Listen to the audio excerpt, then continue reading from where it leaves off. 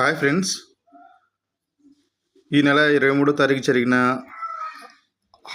AP high court assistant ఎగ్జామినేషన్లో రెండు రెండు ప్రశ్నలు కొంచెం అభ్యంతరకరంగా ఉన్నాయని నేను అబ్జెక్షన్స్ రైజ్ చేశాను. ఇప్పటి వరకు అయితే యూట్యూబ్లో కానీ మరి ఎక్కడ సోషల్ మీడియాలో కానీ ఎవరు అబ్జెక్షన్స్ రైజ్ చేసినట్టుగా నాకు కనపడలేదు. కానీ నాకు ఈ షిఫ్ట్లో 2 క్వశ్చన్స్ అభ్యంతరకరంగా అనిపించాయి. సో మీ అభిప్రాయం కోసం నేను ఇక్కడ అప్లోడ్ చేస్తున్నాను. ఒకటి వచ్చేసి 16th question, when did the first non cooperation came to an end and Mahatma Gandhi got arrested. ఇందులో 2 క్వశ్చన్స్ ఉన్నాయి. It is not a single questions for me.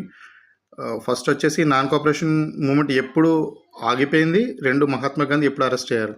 ఒకవేళ ఓన్లీ సంవత్సరం ఇచ్చి ఉంటే కనుక 1922 అని ఇస్తే అది రెండింటికి జస్టిఫై అయ్యి ఆన్సర్ 1922 అయ్యి ఉండేది.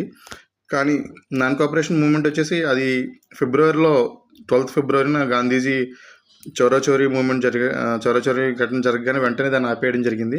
గాంధీజీ అరెస్ట్ అవ్వడం వచ్చి మార్చిలో జరిగింది. సో రెండింటికి మంత్ వేరే. ఫిబ్రవరి ఆప్షన్ లేకపోయినప్పటికీ కూడా చాలామంది ఈ కాన్సెప్చువల్ క్లారిటీ ఉన్న వాళ్ళు దీనికి కొంచెం అంబిగ్విటీ ఉండడం వల్ల ఈ క్వశ్చన్ సరిగ్గా ఆన్సర్ చేసి ఉండకపోవచ్చు. సో ఇది తప్పుగా ఇచ్చారని చెప్పేసి నేను అబ్జెక్షన్ రైజ్ చేశాను.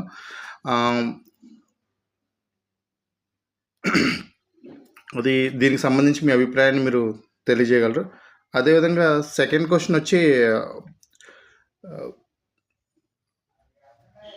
మన ధర్తీ అబ్బా జనజాతీయ గ్రామ్ ఉత్కర్ష్ అభియాన్ అనేది అది ఒక అంబ్రెల్లా స్కీమ్.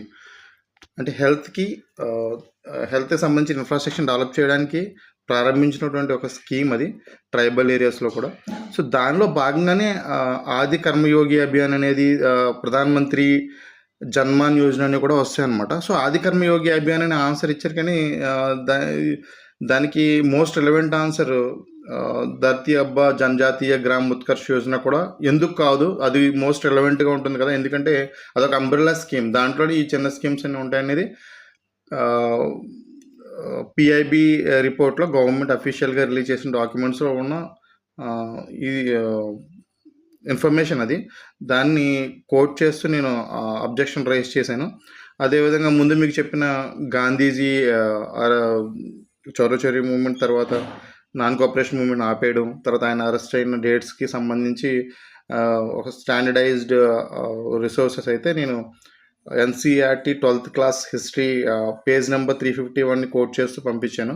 సో ఇది నా అభిప్రాయం మాత్రమే, నాకు ఇలా అనిపించింది కాబట్టి నేను పోస్ట్ చేశాను. మీ అభిప్రాయం కూడా తెలుసుకోవడం కోసం నేను పోస్ట్ చేస్తాను. Could you please share your opinion please.